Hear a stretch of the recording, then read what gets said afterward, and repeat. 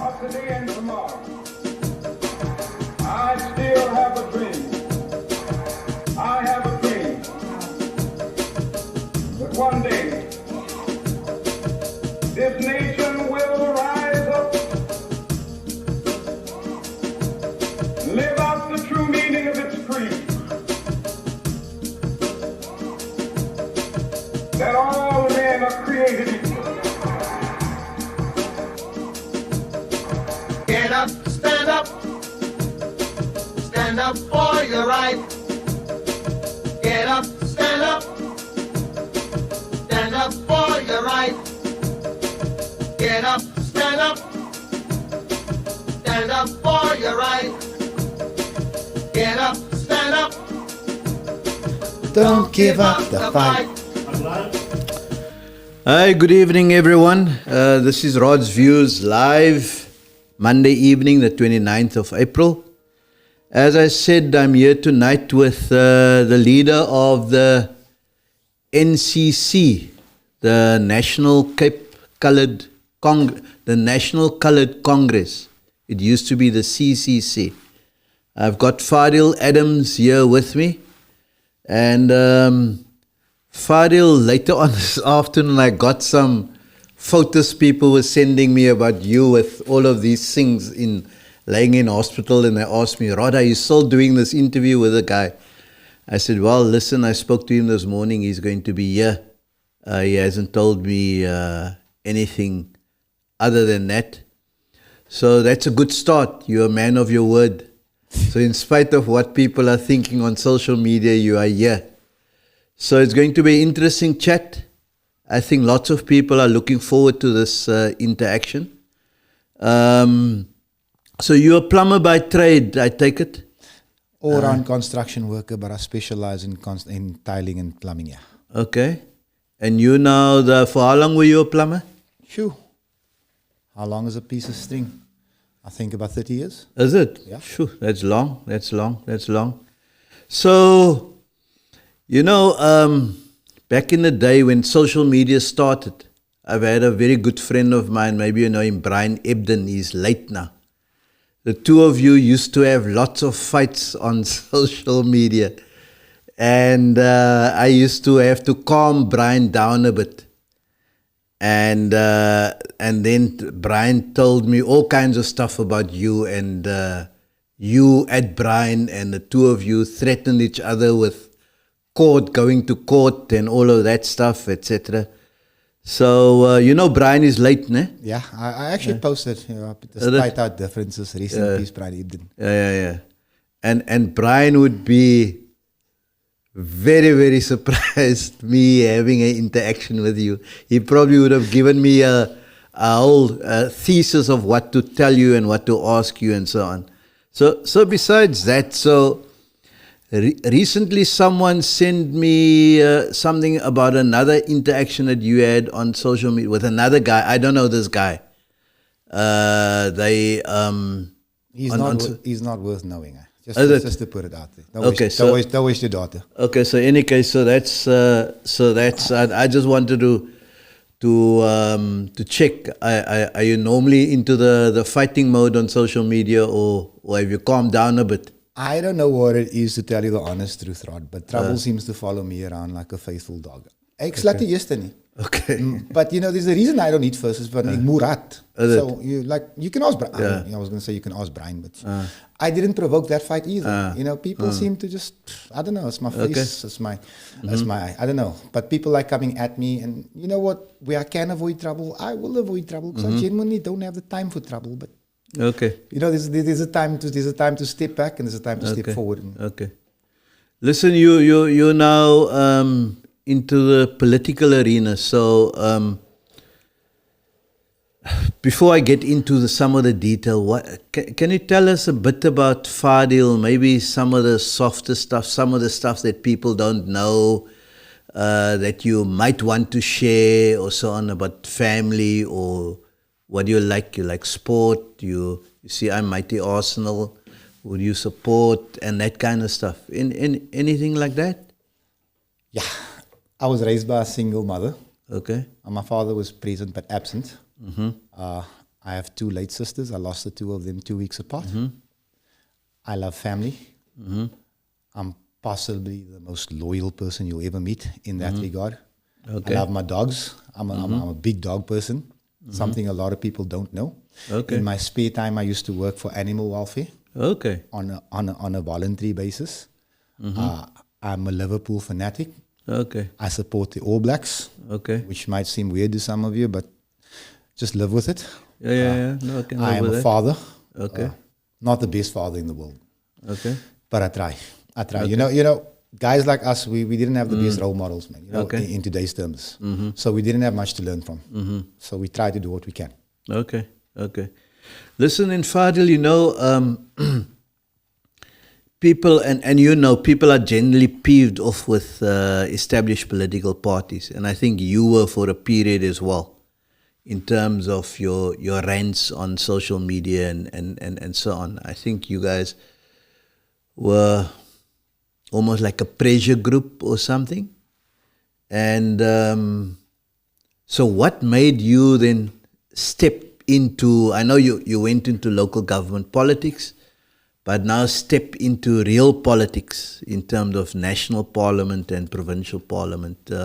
What made you take that step? I think it's the natural progression of things. You know, we started an organization to be a pressure group to political parties, to try and hold them accountable, because there's no accountability in this country, as you know. A lie caused the formation of the National Coloured Congress. You know, there were 13 families sitting on, I'm not at my best, man, I'm not feeling that well, sorry, in Military Road in winter, in the heart of winter, that had just been evicted from Steenwille. So we had the shutdown of Cape Town for them and the backyard dwellers of Cape Town. We gained a meeting with the MEC, the new MEC for housing, Tertius Simmers. Okay. New brooms, they say sweep clean. That youngster. That, yeah. Yes, Okay. Vijay.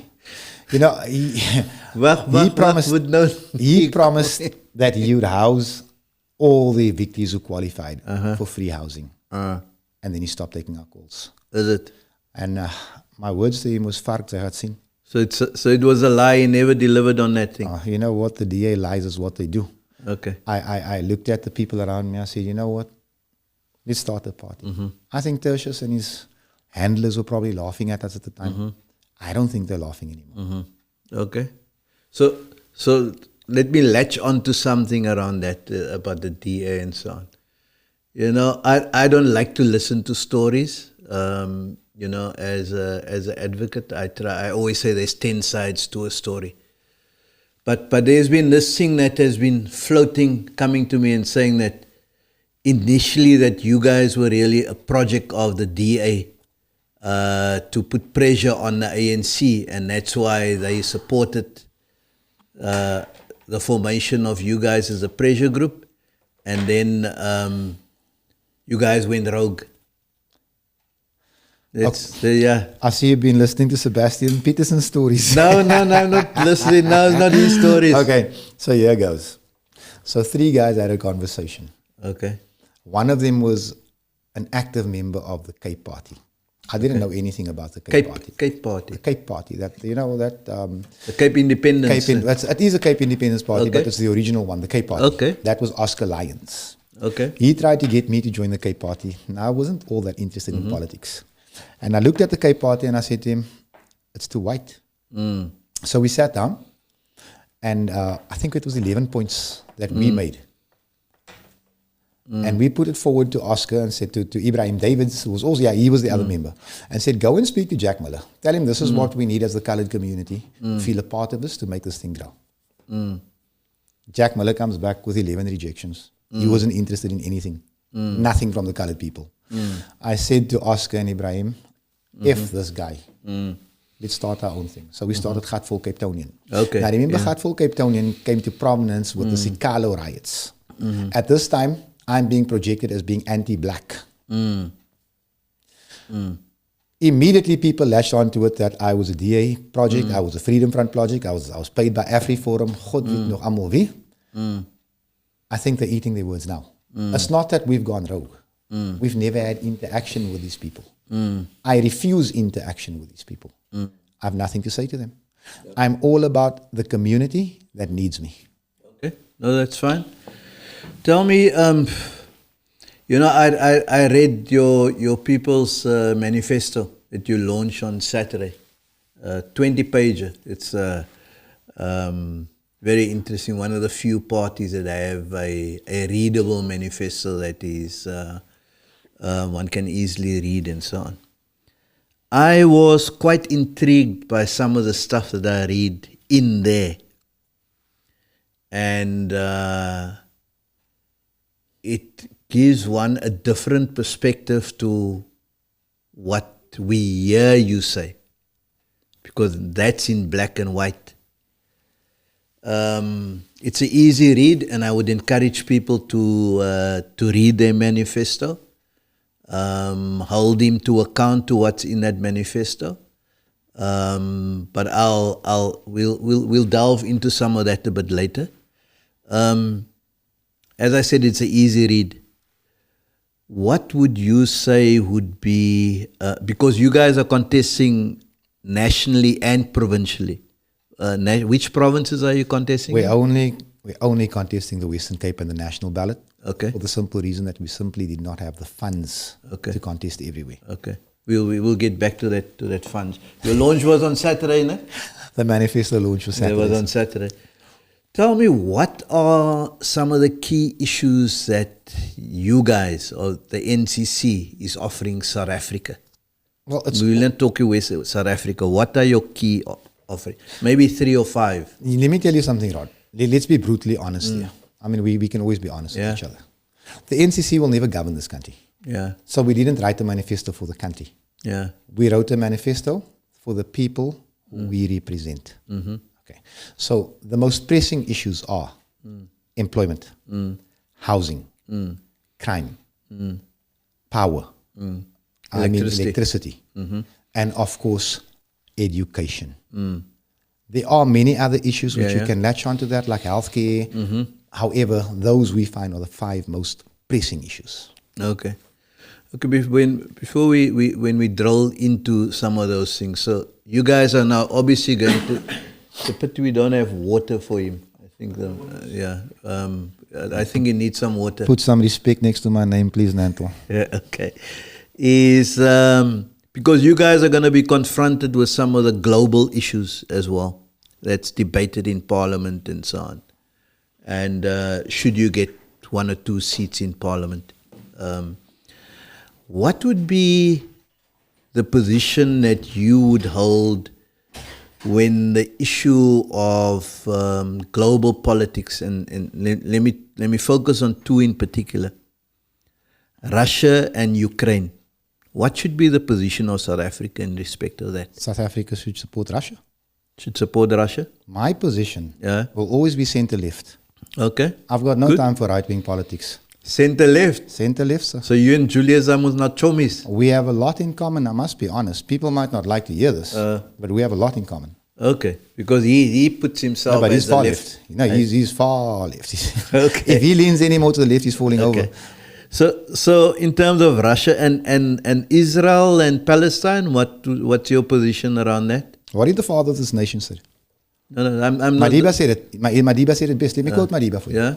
Our freedom can never be complete without the freedom of the Palestinians. Okay. People very easily forget that when we were facing a struggle, when we were being oppressed, the Palestinians forgot about their own oppression, which was worse, and stood in solidarity with us. The apartheid state of Israel stood in solidarity with its apartheid sister South Africa, who supplied arms, funds, information to keep us oppressed. It was Israel. How any South African can be in open support of Israel today, I think it's a joke. Okay. How do you side with the people who said, skittelen? Okay. Well, that's as clear as can be. So staying with global politics. So I am not a global politician. No, but in national parliament, you'll have to express a view about global politics. Just putting my disclaimer. No, that's fine. So you will have to read a bit and study and listen to other people and so on, but you have your own view.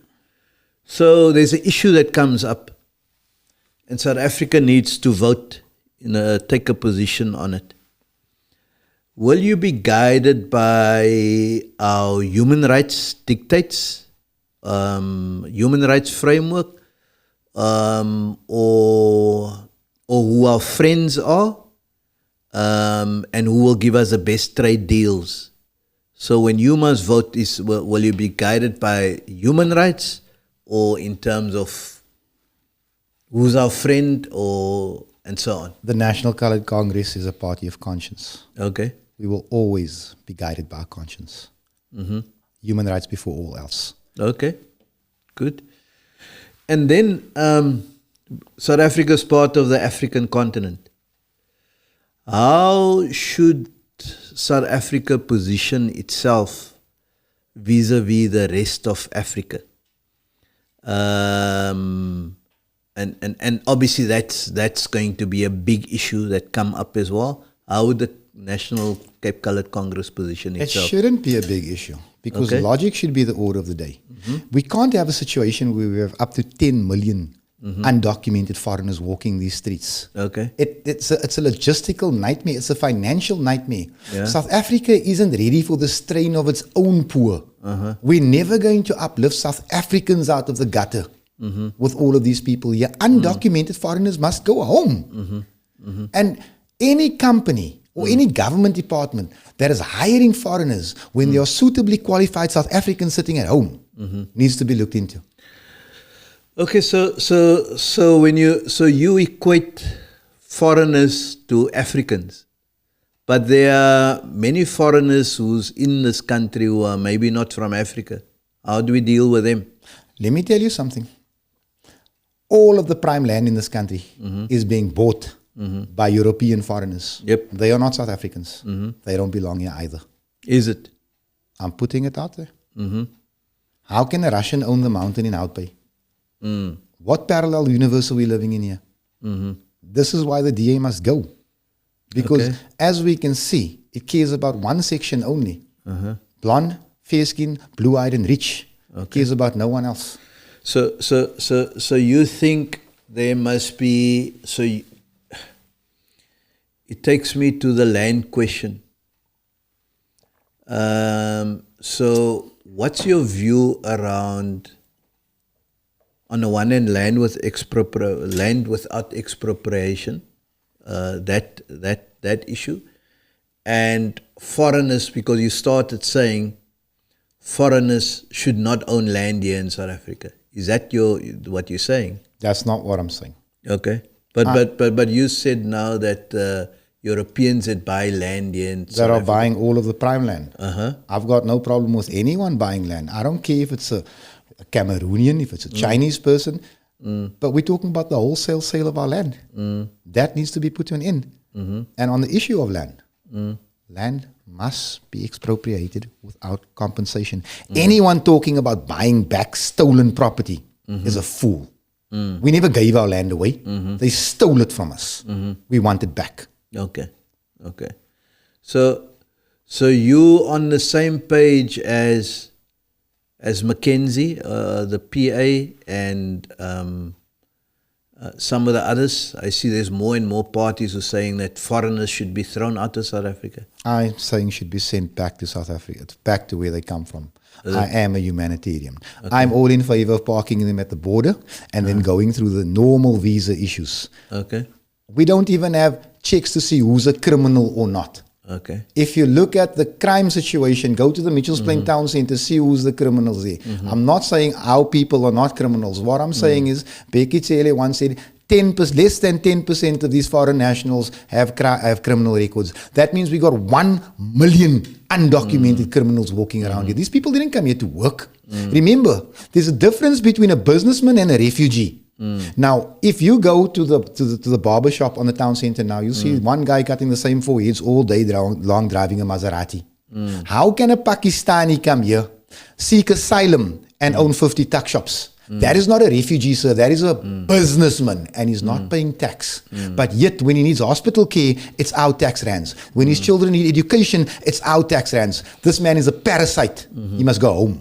Okay, so he must be... So they must go home. Do I need to say it louder? No, say it clearly. Amahambe. Okay, so as Gaitan say, they must immediately after the elections, they must be put on a thing and they must go. On 15% of the things Mr. Mackenzie says, I am in agreement. Okay. Just like I'm in agreement on certain things Julian says, as I'm in agreement with certain things that John Steenhuisen says. Okay. So let's talk about one of your big planks is unemployment. Needs to be addressed. It's a huge problem. I mean, it's about close to 40, if not over 40% unemployment. It's a massive issue. That's a massive issue. What do you think should be done to address it practically? Do you have any practical suggestions? If the NCC is to run this province, we will turn the Western Cape into the biggest construction site in the world. But Amos says so. They all say so. You can't blame me for other people's lies, sir. I'm telling you what we will do. We are not a party known for lying. We are a party of doers. We will put billions of rands into civil works right across this province. We will open our schools at night as trade centers to upskill the unemployed. We are not talking about casual labor. We don't want people pushing wheelbarrows their whole lives. We want to turn out artisans, tradesmen, professionals. And the only way to do it is we got to dig deep into the state coffers for it. We got to make it appealing for businesses to come here. We got to drop the crime situation. No business wants to invest here right now. It's just too dangerous. This is the 7th most dangerous city in Africa, in the world, the most dangerous in Africa. In other words, I'm saying to you, invest here. You're saying to me, you kill half my staff. This is a multifaceted thing. It's not something that you can just, people are saying this, people are saying that. These people are not reading. Okay, so linked to that, so you say you'll turn the Western Cape into a massive construction site. So most of the people would be working in the construction sector. That's where you would create jobs. Okay, so look at the spin-offs. The hardware, finance, Okay. smaller businesses. Look at the informal settlement. Those are all things that will benefit. There's absolutely nothing wrong with being a construction worker. You're talking to them. Okay. So let me explain to you, just in case certain people say, schools need to be built. We've got thousands of students sitting at home, can't get into a school. Every area must have its own clinic and day hospital. Who closed GF Worcester? The Democratic Alliance. Who promised to build it 15 years ago? The Democratic. There's still no GF Worcester. The need for these construction sites to open is there. The political will to do it isn't. Okay, so you guys would have the political will to do all of that. Rod, when the Department of Labor refused to employ colored people, do you know what I did? I shut it down. I got the political will for a hell of a lot more than that, sir. Then Mitchell's Plain. Yeah. When they locked us out of the Department of Labor, I kicked the doors open. I luister gou mooi. Ek trap deure oop vir brein mense. It's there on Facebook. Okay. So listen, so you say now that you trap die deure oop vir brein mense and so on. And in your manifesto, I see how you take it back in terms of our history and the Khoisan and indigenous people and all of that. But I get a sense that you talk about, that you understand around black people, black African people. It's got a place as well. So how do you square the fact that everyone in the Western Cape, or, historically we were all called black, right? Colored, African, Indian. And how do you square the fact that you want to create one nation with your approach to trapidere oop for colored people? Okay, advocate. Let's just let's grab the bull by the horns, not the tail. You have it at the tail. There's no creating anything unless we have parity. No one in this room, no sober-minded person is going to tell me that the colored community is operating on an equal footing. No one. So ek trap die deure op until we level. That's when we talk about one nation. I'm not coming with everyone. Okay. I'm not coming to a table as a beggar. Because that's what happened at Codessa. And that's why we're suffering. I'd stay away from that table rather. If anybody is going to tell me about this, take our people forward. I'm going to say to you, hold on a second. People have been playing Monopoly for 29 years now. We're not even on the board. How are we going forward together? Certain people have passed begin 10 times. Certain people start past begin. We haven't even thrown a double digit to get started yet. Okay. So coming back to that, and say for example, you guys are in a position where you part of a government or so on, and all of these things must be done in terms of trapidera oop, construction site, dealing with crime, dealing with education and so on. What's your view about getting the best people to do the job in order to deliver the best services for the broader community? What's your approach around that? It's not negotiable. Is it? Best people. people? Job. Okay. You know what? Cadre deployment is the reason we're suffering. Well, one of the reasons we're suffering. The Democratic Alliance's cadre deployment and the ANC's cadre deployment. Cadre deployment must go.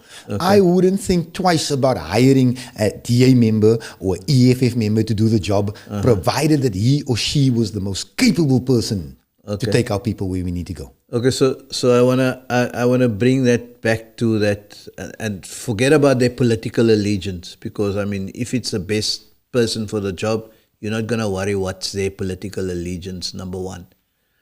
But you're obviously going to see in the interview whether it's a male or a female, or the person is white, pink, yellow, colored, black, whatever.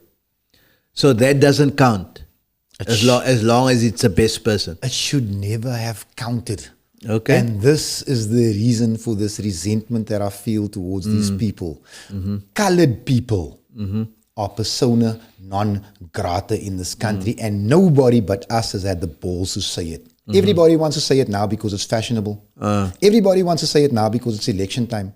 We've been saying it for donkey's years. Okay. Let's step off that a bit. I want to come back to the issue of people living in South Africa and living in the Western Cape and in our communities, having a sense of being safe. Women and children being able to play in the street, not worried about gunshots, women not being worried about being raped or so on, and the elderly being safe and so on.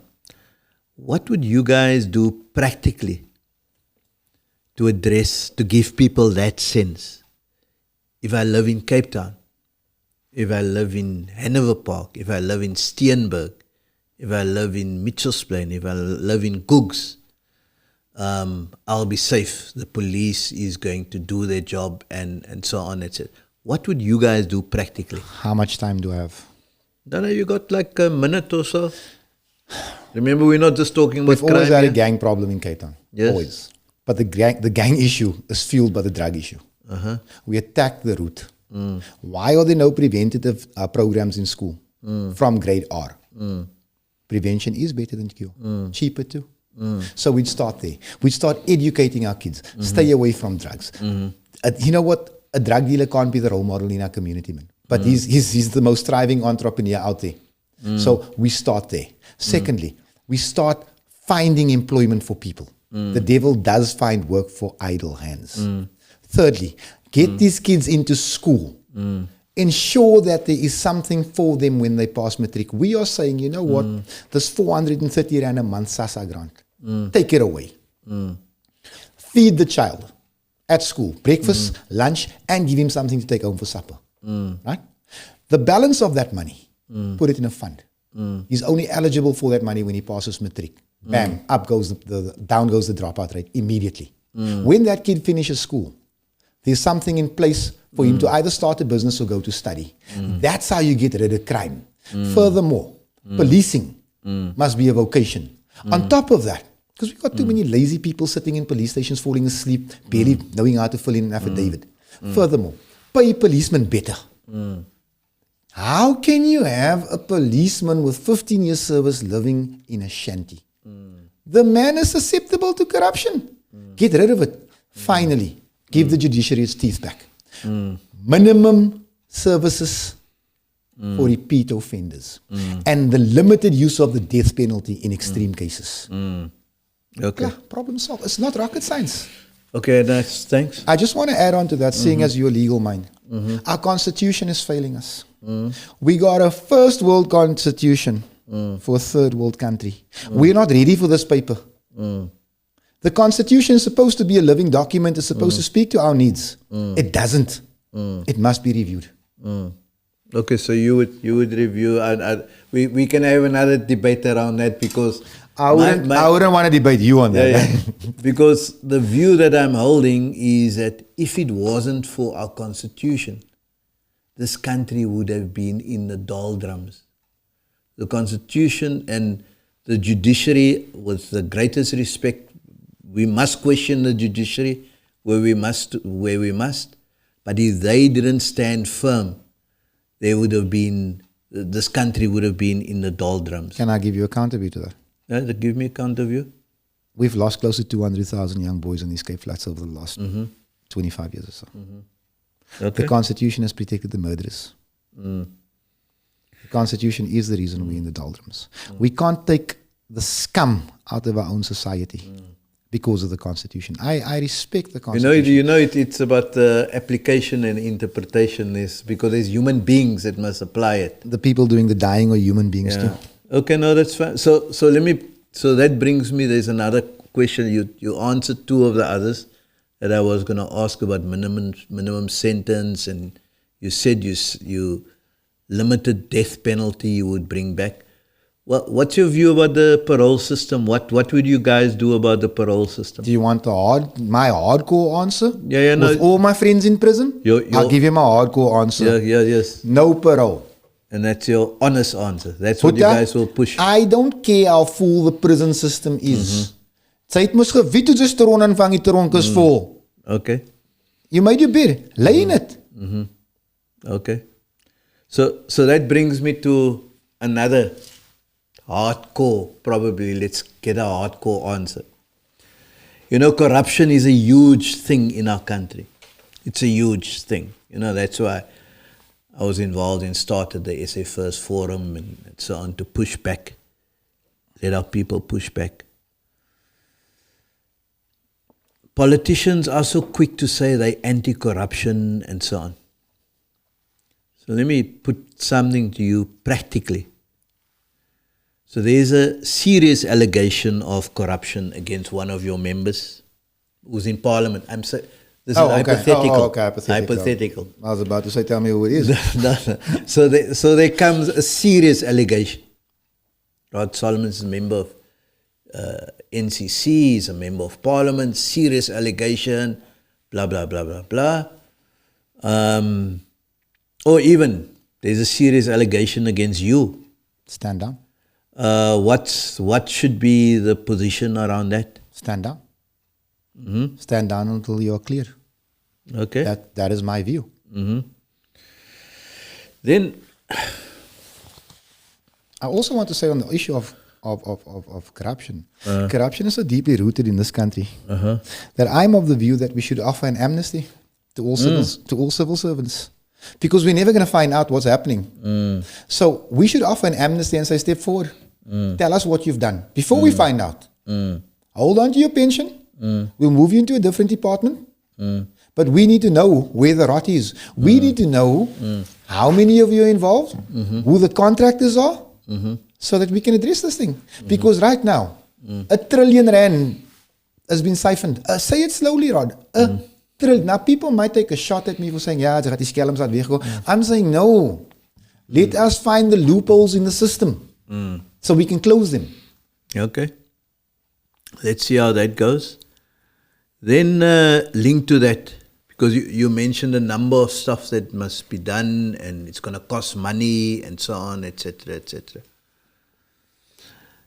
What would the NCC's position be about all of these cabinet ministers that we have and deputy ministers and the perks that they get, the benefits that they get, and even the benefits that the members of parliament get? They get subsidized food when you go there. They got vetrak. You get subsidized food there, and they can fly so many flights and all of that stuff and so on, etc. What's your view about all of those perks? So you heard me tell you that I'm a center leftist. Yes. That should tell you quite a bit. I feel that the cabinet is bloated. It should be trimmed to a maximum of 8 ministers, 8 deputy ministers. 8 8. in South Africa? I'm telling Nationally. you. I'm telling you. Okay. In addition to that, MP salaries should be slashed by 50%. All of them? Subsidized food, it's a non-starter. Many taxpayers can't buy food tonight. You know, this is the same government that finds it fitting for people to live on EPWP salaries of 130 rand a day. Man, they eat that for their breakfast starter. How can it be that a father slaves for 8 hours, earns 130 rand, and still has to go scarrel to feed his kids tonight? Where's the justice in this? Yeah. Okay, let's get back a bit more to the Western Cape. It's regarded as one of the most unequal cities. Forget about South Africa being one of the most unequal countries in the world. The Western Cape being one of the most unequal places in the world. What would you guys do to narrow that divide between white and black, and rich and poor, and prevent the middle class to be diminished? I would love to talk about a wealth tax. Okay. That's a start. I'd also bring you back to the issue of land expropriation, because that's where the answer to most of our problems is. I also want to say to you, I took my kids to Franshoek one day and we drove 25 minutes and I stopped. I said to them, you know what, on this whole drive, That beauty. I said, all of this land belongs to one person. We're never going to bridge that divide, not in our lifetime. But we can start laying the foundations by doing the simple things. Let us upgrade the quality of our education system. Let's give better health services.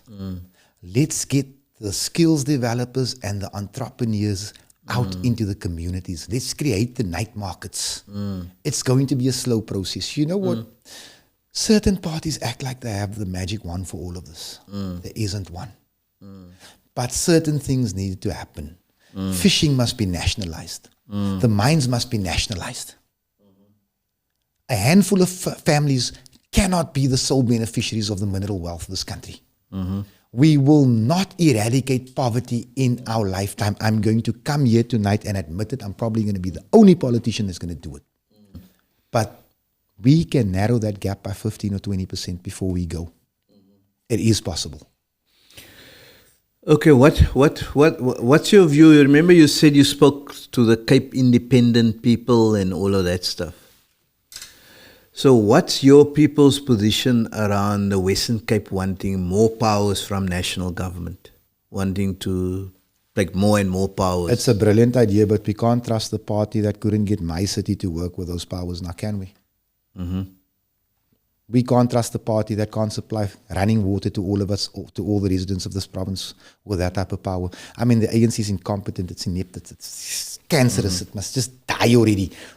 But I don't trust J.P. Smith with policing powers. I don't. This man has pitted, he's got involved in the appointment of Robbie Roberts in the city of Cape Town. The DA didn't discipline him. He's investigated DA councillors using SSIU. You want that boy to be the head of the FBI in the Western Cape? I certainly don't. I like my privacy.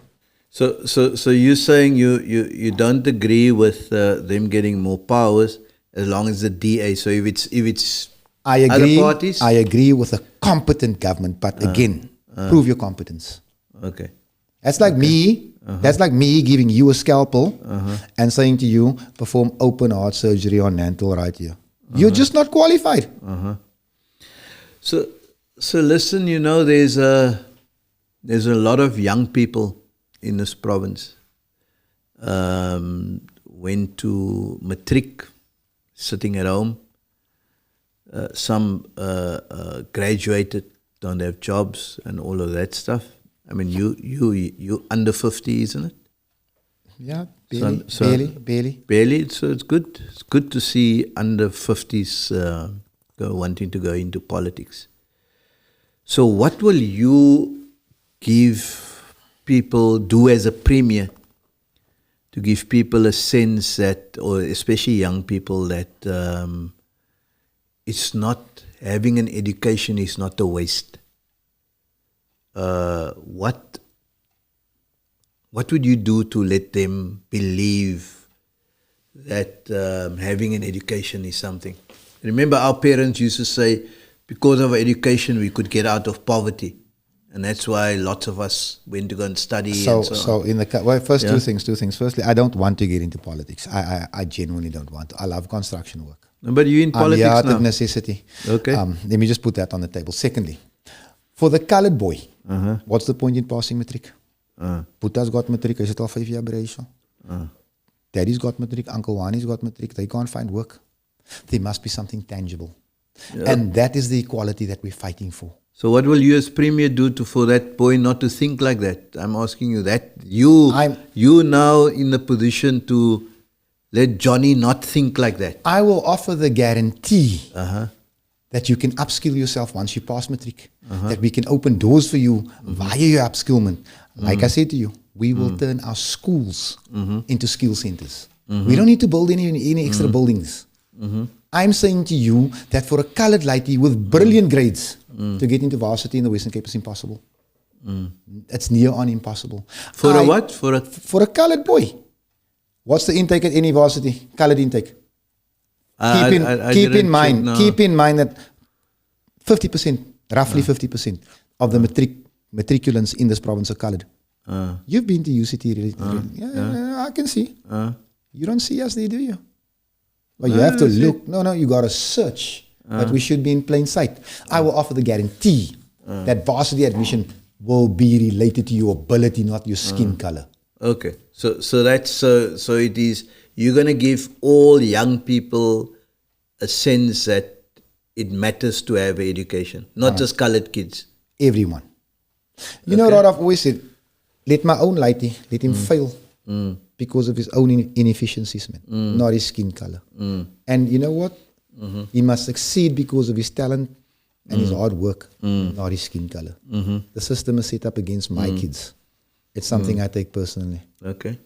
So I want to hop on that point a bit more because you bring it up and it permeates through the NCC. People think the NCC is that. And I call it the Western Cape question. And the Western Cape question is simply, coloreds are in the majority here and in the minority in South Africa. How would you, and I read your manifesto. I can see. How would you guys deal with that question in a responsible way? Refer to the Constitutional Court ruling of the Correctional Services 6. You're the advocate. I'm a high school dropout. Okay, so what Two things I want to say to you. Number one, coloreds are not a minority. We are the second biggest racial group in the country and the second biggest cultural group in the country. The reason they don't recognize our culture is it would mean that they would have to respect us as a people. It's easy to disrespect a nothing. That's number one. Number two, if you take the Western Cape context, there was a reason those prison warders took the Department of Correctional Service to court. I spoke to a few of them. Well, I'm related to one of them. Okay. So these guys went to court on the basis that they were not being looked at when it came to promotion because it was a black African in particular issue. The Constitutional Court came back and made a finding, and it was a damning finding. What did it find?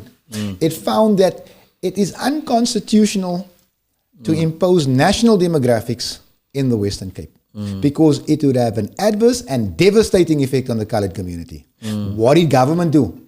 They said, if the Constitutional Court, we'll do it anyway. The results were tragic and devastating. And the colored community may never recover from that. Okay. We would impose not provincial demographics, regional demographics to simplify things. Tell me, the Western Cape don't just consist of the Cape Metro. And in our rural areas, people are particularly struggling. And there I talk all black people in my black consciousness kind of language. Africans, coloreds, and particularly Africans and coloreds. What would you guys do to, if you're in the provincial government, to bring that people into the mainstream and give them a sense of dignity and sense of hope? The people who's in our rural areas, in the outskirts. So the sad thing, thing, who are at the mercy of farmers and all of those down there. The sad thing about rural South Africa is that the son of a farm worker will in all probability be a farm worker. And that is what we need to attack. We need to ensure that these young boys and girls who are born into this modern day slavery make it through school. That they can achieve things outside of farm work. And there's nothing wrong with being a farm worker. However, there's more to life than that. We also, if you read our manifesto, speak of a 10,000 Rand a month minimum wage. It's one of... That is a groot minimum wage. You and I couldn't live off it, Buddha. So it's not big. These farmers make millions. It is time that they learn to share the wealth. They've had it to themselves for 400 years. I take you back again to land expropriation. These farms must be divided so that there is some type of profit share. People, the stupid people out there, let me say it loudly, will say, yeah, hulle gaat die plase op mos. Because I've heard this stupid rationale. You know, to these slaves I say, farmers don't farm. Farm workers do. You know, I always say when I drive down rural areas, I mean, I think deep down I'm actually a farmer. I want to be, you see that thing that I do at Oudtshoorn Eco Village, my garden and all of that stuff. I'd love to have a small holding to so on. The point that I always make when you see all the land is, and when I think about the land without expropriation, the mantra that you have and Julius and all of them is, no use you do that. People must work the land. And it's hard to work the land. And it's a difficult thing. But that's the only way that it can be done. So are there going to be conditions to breaking up these farms? Are you going to give it so a teacher or a doctor, a professor, they get and then they go and employ someone to go and work that land for them? These farms must be given to the people who work it. There must be skills transfer. These people know how to plant. They know how to grow. What they do not know is how to administrate. That is a skill that we can teach. Okay.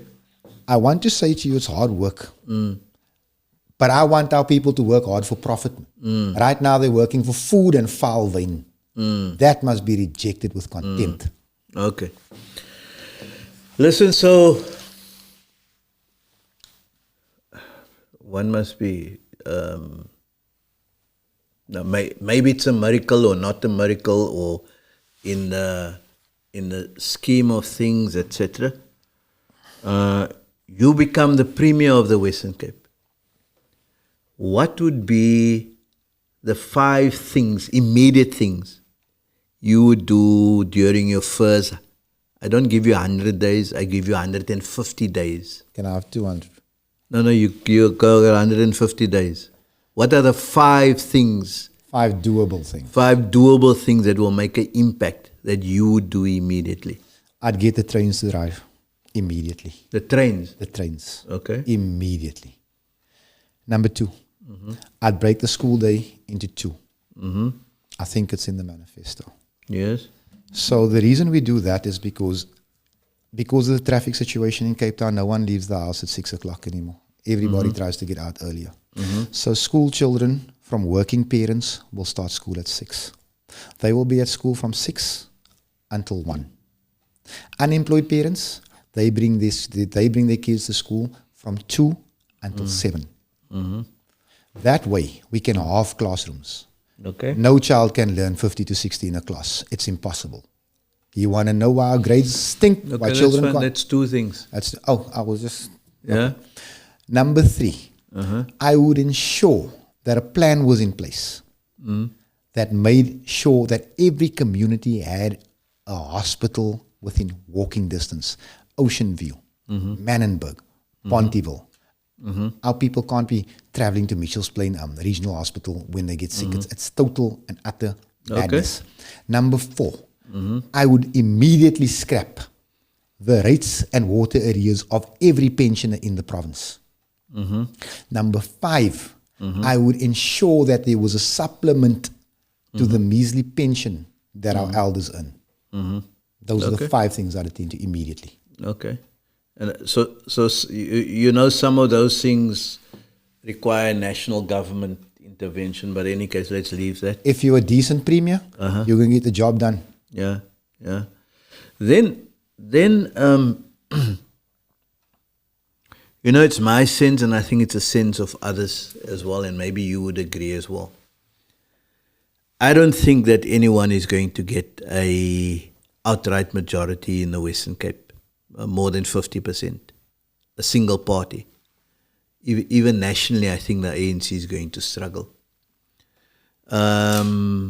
So we can look forward to a government of provincial unity or a coalition or whatever. Which are the parties that you guys can work with, and which are the ones that you guys cannot work with? Because at the end of the day, people are voting for you, and they want to have a sense of, listen, where is this man? Okay, because you already said, you guys are not going to win nationally.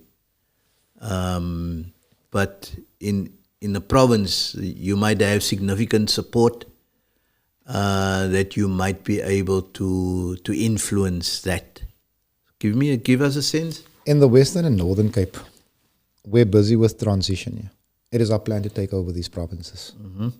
It won't happen in this election. Okay. We, as the NCC, have not even started coalition talks, not even amongst ourselves. Okay.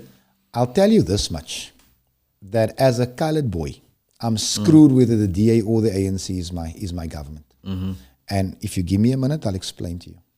I have to hear every day from stupid coloreds and right-wing white people how fortunate I am to live in the Western Cape. What a fantastic place it is under the DA. It is if you live on that side of the M3 and that side of the N1. Where we live, it's pretty crappy. As a matter of fact, I'll take it a step further. Gauteng is under ANC rule, correct? Yeah. But Eldorado Park is a better place to live than Manenberg. The DA is killing the colored community. I, for one, cannot see myself working with the DA or the ANC. I must just put that on the table. But the party will guide us. The party will make the decision when the time is right.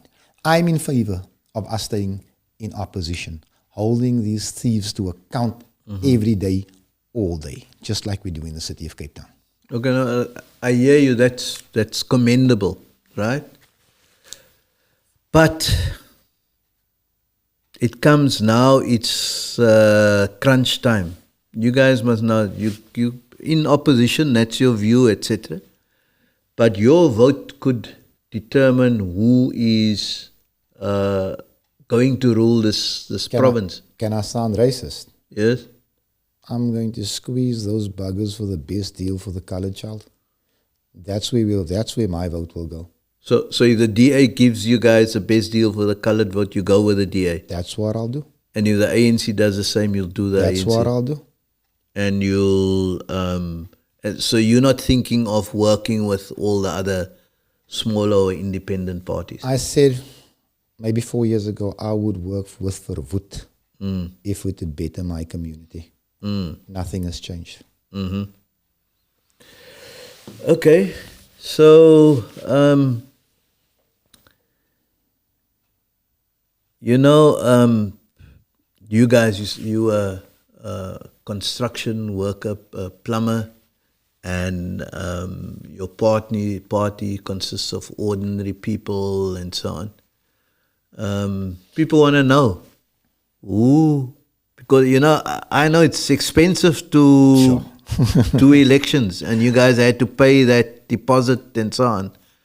Who funds you? How do you get money? And also nog nie hulle posters gesien nie? The money was raised by our voters. Our posters go up. We started going up today. The money was raised by our members. Our members contributed. There's no businesses that put money in here. There's no outside influences that can guide us or force us to go this way or scream Hantamas or whatever you want to. No, sir. We refuse that money. Steadfastly. We could have been on the national ballot. We could have been if we had to do it. No, but you're on the national ballot. No, we could have been in all provinces. The full 750,000 rand would have been paid. Our posters could have been up months ago. Everybody could have been wearing a sweater. But we are too committed to the ideal that we stand for to sell it. So there was a funder or funders that wanted to fund you guys? Oh, many. And you guys said no? Every day. Okay, good. As far as our posters go, they're putting them up as today because we were expecting a gale force storm on the weekend, so we decided to hold back. But they're going up right now, so you'll see my ugly mug all over the main road. Posters are going up. They're going up today. So as of today. So you candidate for national parliament? I am. And not provincial parliament? No, okay. So then lots of people ask me I ask people what kind of questions I need to ask you and so on. And the one refrain that comes up. And my swearing. Huh? My swearing. Yeah. And in this interview, not once a swear word. And you come across as a reasonable, a committed person, someone who has children, who's got the interests of people at heart and so on. Why can you not get your message across in this fashion without swearing? Rod, I'm the nicest guy I know. No, but you are. I can see, yeah. You see, if I may. Yes. I'm a construction worker. Do you know how we get the job done? No, but construction workers are not necessarily rude people. Oh, yes, they are. You just don't know. Not all of them. 90% of them. However, that's not even the issue here. When I swear, it's out of anger, like 90% of people. Now, I have a whole lot to be angry about. Yesterday, a young boy was killed in Parkwood, up the road here. He wasn't a gangster. He was a good boy. Do you know what I say? I say, effort. But effort is fine. People are more focused. No, I say a lot more. No, but effort is fine. Let me finish. People are more focused on a 4-letter expletive than a young man whose life has just been cut short because you know what? It's easier to focus on the shit. It's easier. No. Listen. No. I can get my message across. Yes. I was a serving councillor in the city of Cape Town for 3 years. I might have threatened to have thrown someone with a brick in a meeting maybe once or two. I've never sworn. Ek ken my plek. No. I want to, because you know what? I used to, when I was in, I used to, whenever I had a speech where I spoke to the staff or so on, and I, effing whatever, and I just had to, and people were talking, and then I just had to work it back. And you are an advocate of the Cape High Court, I'm telling you. And it, you know, after a period. But I mean, Fadiel, I mean, it's actually nice to talk to you. You're not swearing. And wait, just hang on. You know, you sound reasonable and so on. And the point that some of the people are making, they say, Rod, that guy, we would actually support him if he just stops swearing. But he's swearing. And that's the thing. Let me say something to you. I'm working on it. Yeah. I've cut down a lot. That's very good. But there's only one version of me. No, it's fine. No, let me finish. Yeah. Let me finish. I'm not Steenhuisen who, when he goes to Langa, he has a certain script, and then when he goes to Lavendale, he has a script, and when he goes to Bishop's Court, and he says, F them, we're here for you. They just don't know it. I only have one me. I'm not, this is not a paid act. You know, if something flips up, but all I'm saying is I'm working on it. It's a working Okay. Guys, I used to be 100 times worse 10 yees ago. Yeah, and I believe so. If I read your and Brian's interactions, because the thing is, you know what's the thing? Is you must be able to tell that person to F off. You know, that's more that saying, but in such a way that he doesn't even, or she doesn't even know that you told them to F off. Yeah, give me 5 more years, I'll get there. No, but you don't need 5 more. You're in there. So far, are there any other questions, Nantal, that people pose? Yeah, there's about 192 comments. So going through that, I think there's just one that I actually want to just pose. So this weekend was your the launch, and you said something that I found very interesting. You said there's a place that you can't take the party, and you would like to have a female leader. Just unpack that for me. What are you looking for in a leader? How do you intend finding it? Because I find it very, very interesting. Well, you know what? I believe it's good for a man to know his limitations. I'm well aware of mine. I know I can only take this party to a certain place. But I also know that our people need to go further. And I feel it, I believe it, that a woman should lead us. Our community is in need of a mother. You know, Nantal, you and I, we can all agree. We can't love our kids the way the mothers do. You know, our community needs that kind of love. But this is not going to be any woman. She's going to be a very special woman. Because she's got to be an orator, she's got to be a motivator, she's got to be a writer, she's got to be a strategist, it's a terrible combination. We have to identify her and we need to develop her. And that is my stance. A woman will lead us. Okay. As men, we done a fine job of effing up all of the Cape Flats and beyond. It is time to let the woman take over. Okay. So following on to that, so why is your premier candidate not a woman? At this stage, we haven't identified the woman that we need. Okay. Your Secretary General, is she not a woman? Our Secretary General is possibly the most intelligent person I've ever met. Why is she not your premier candidate? She would be the first to admit that she also has her limitations. Okay. I'm not sending someone in there because of the genitalia. Listen, what's the price of a kilo of sugar? My wife does the grocery shopping. If I'm going to guess, I'm going to tell you it's about 20 rand. Okay, the one thing that you must, the person who's going for the poor and so on, you got to know these things. Now, if you were to ask me what the price of a half a bread is, I can tell you. No, I don't want to know the half a bread. That's what the poor buy. Poor people don't buy a kilo sugar. Hulle koop 'n randsuiker, man. Okay, but don't just send your wife to go to do the shopping. You must also go sometime. Rod? Did you see that I was in hospital yesterday? No, forget about No, let me yesterday. tell you why I was in hospital yesterday. I was in hospital because my body shut down. Okay. Look where I'm sitting now. I'm glad. I don't go home when I go here. I go to another meeting. I get home at 12 o'clock tonight. Shops are closed by then. My wife has to be mother and father to my kids for the next few weeks. Okay. For, any other questions, Nantal? There was a question about what is the stance? Let me just get the mic.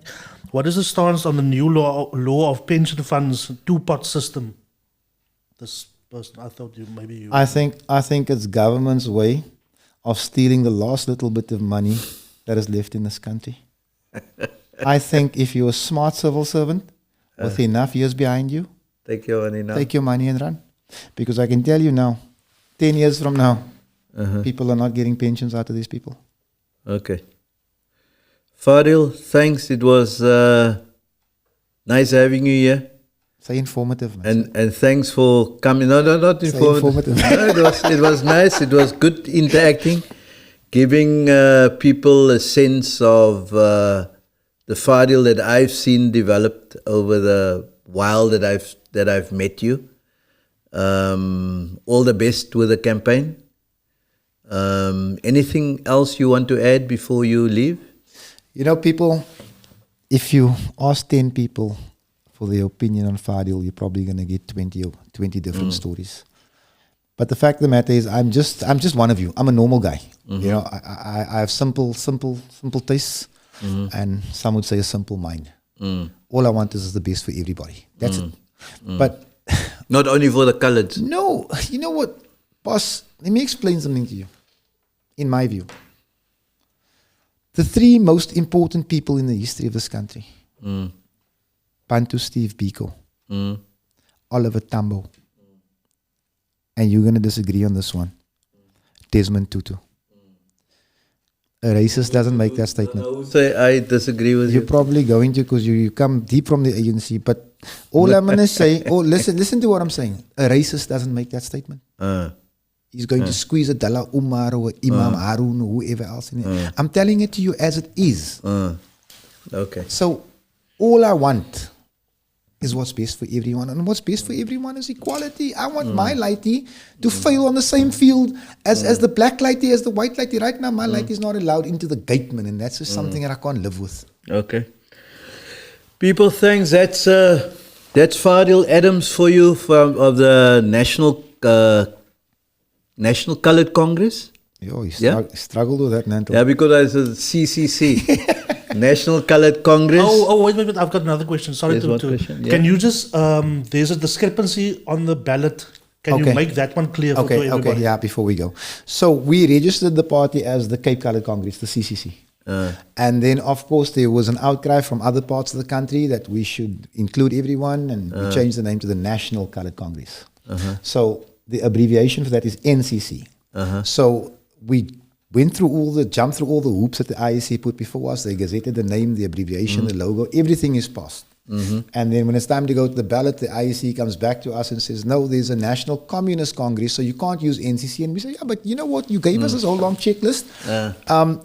Long and short is that despite the fact that the National Communist Congress is not on the ballot, They're not on the ballot. they're not on the ballot, they won't let us use NCC. So we've had to revert to CCC, which is a bit of a challenge, but I'm confident that we'll get past it. Okay. Okay, yes, people, that's Fadiel. You've heard what he had to say. You can watch the podcast. It would be uploaded on the Cape Conscious Media YouTube channel and the Rod's Views YouTube channel soon. Then you can, at your leisure, you can listen to this again. Hopefully it will assist you to make up your mind who you're going to vote for in the elections, both nationally and in the Western Cape, because that's where they're contesting. And before we end, there's a feel-good moment. I always end the show with a feel-good moment, not only on doom and gloom. And are you playing the music, or can I say? No, go ahead. Yeah. So the feel-good moment for me is, it's a pocket dynamite She's a pocket dynamite. She comes from the Cape. She has done this country proud. She has done us, who's from the Cape, proud. She's done the soccer fraternity proud. We lost a bit of hope in our national soccer team, etc. And then this lady came. Her name is Desiree Ellis. She's a coach of Banyana. Some say she should actually even be the coach of Bafana. So Desiree was awarded with a honorary doctorate at last week by CPUT. I've got a view on honorary degrees and so on, but that's well deserved. As I always say, our people have talent. Desiree has it in bucket loads. She is a person with her feet on the ground. She's a humane human being. She wants to do good. So salute to Desiree Ellis, who's the feel-good moment for the week of Rod Solomon's, or Rod's Views, as we go out with our signature tune for the week.